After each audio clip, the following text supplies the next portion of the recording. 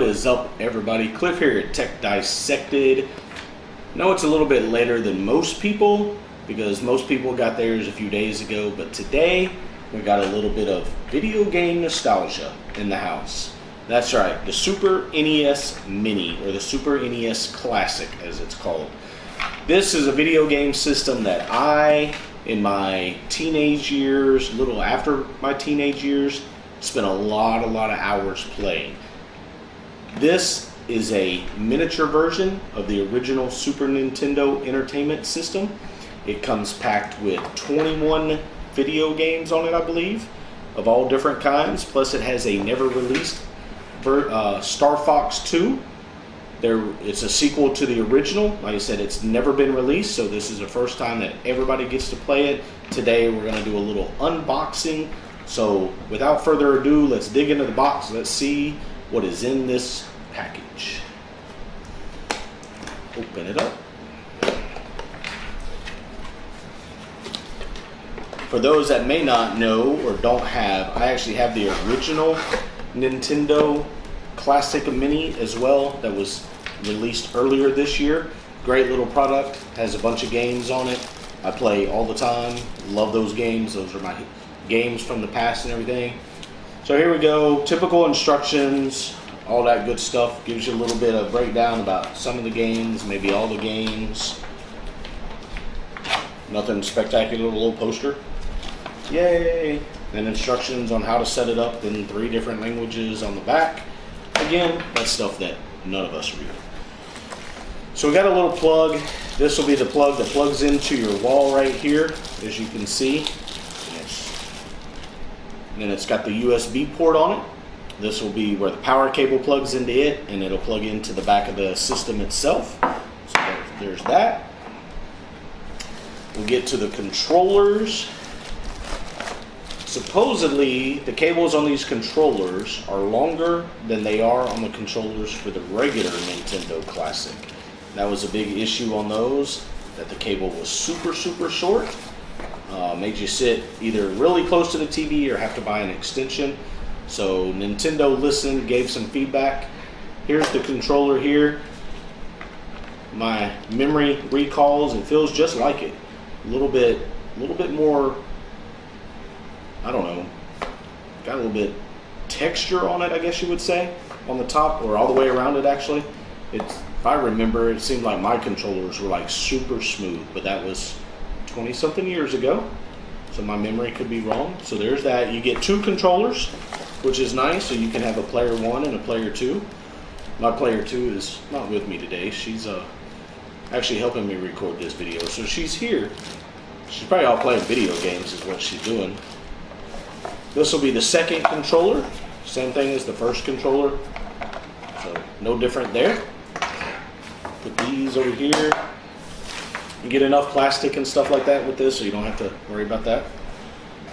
We get all your cables. You get your HDMI cable. I'm not going to unpackage that, but actually I can. I thought it was taped together. There's the HDMI cable. It'll plug into the back of the system itself and then plugs right into your TV or HDMI splitter, anything like that. And then you got your USB cable, which will plug in to the back of that, as I stated.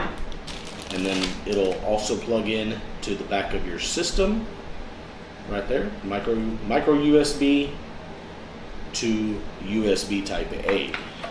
And then for the big, most important part is the little system itself, and this thing is very little. As you can see, it literally fits right in the palm of my hand. The ports are on the back. You got your HDMI port and then your USB, mini USB, micro USB. And then of course the controllers plug in on the front. You got your power button, they slide up, your reset button, and then your eject button. That I guess obviously doesn't work because there's no real cartridges, but it's still made like the original Super Nintendo. Makes it look like there would be the slot for the cartridges right there, but there's not because all the games are built in. All your information on the back, the model, all that stuff. Everything else, I mean, if you look, it's literally a miniature Super Nintendo. just like I remember back in the day. Of course, we didn't have HDMI or nothing like that, but you know, still just the same. It's very light. I mean, it's like just over a pound, I think. Total package weight was like 1.7 pounds. So there you have it. That's that. This will be a lot of fun to be playing in the next few days or so. There's all sorts of games. Let me give you a rundown of some of the games that are on here real quick. Like I said, it does come with Star Fox 2, which has never been released. And the list on the back, just to go through them: Contra 3, The Alien Wars, Donkey Kong Country, Earthbound, Final Fantasy 3, F-Zero, which was the very first Super Nintendo game I ever owned, because it actually came out the day it was released. Kirby's Dream Course, Kirby Superstar, Mega Man X or Mega Man 10, Secret of Mana, which for many of you that enjoyed this game, it's going to be remade and come out on PlayStation 4 and Xbox and stuff like that. I was a big fan of Secret of Mana, so I'm looking forward to the remake, but now I get the original.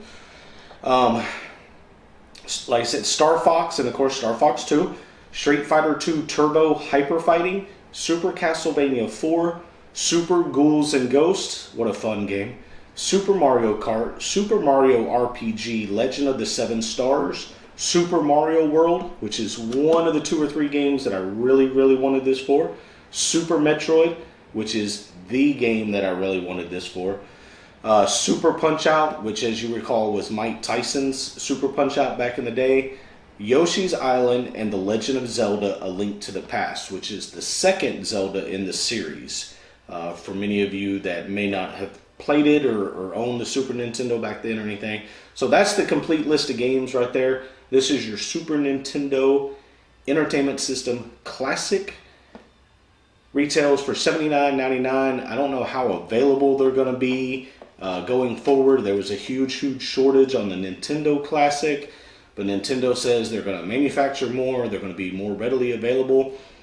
So all I can say is good luck trying to get one. Hopefully you can. I don't know if you will. You can always go to eBay, pay that exorbitant $250, $300, probably even up to $400 for one.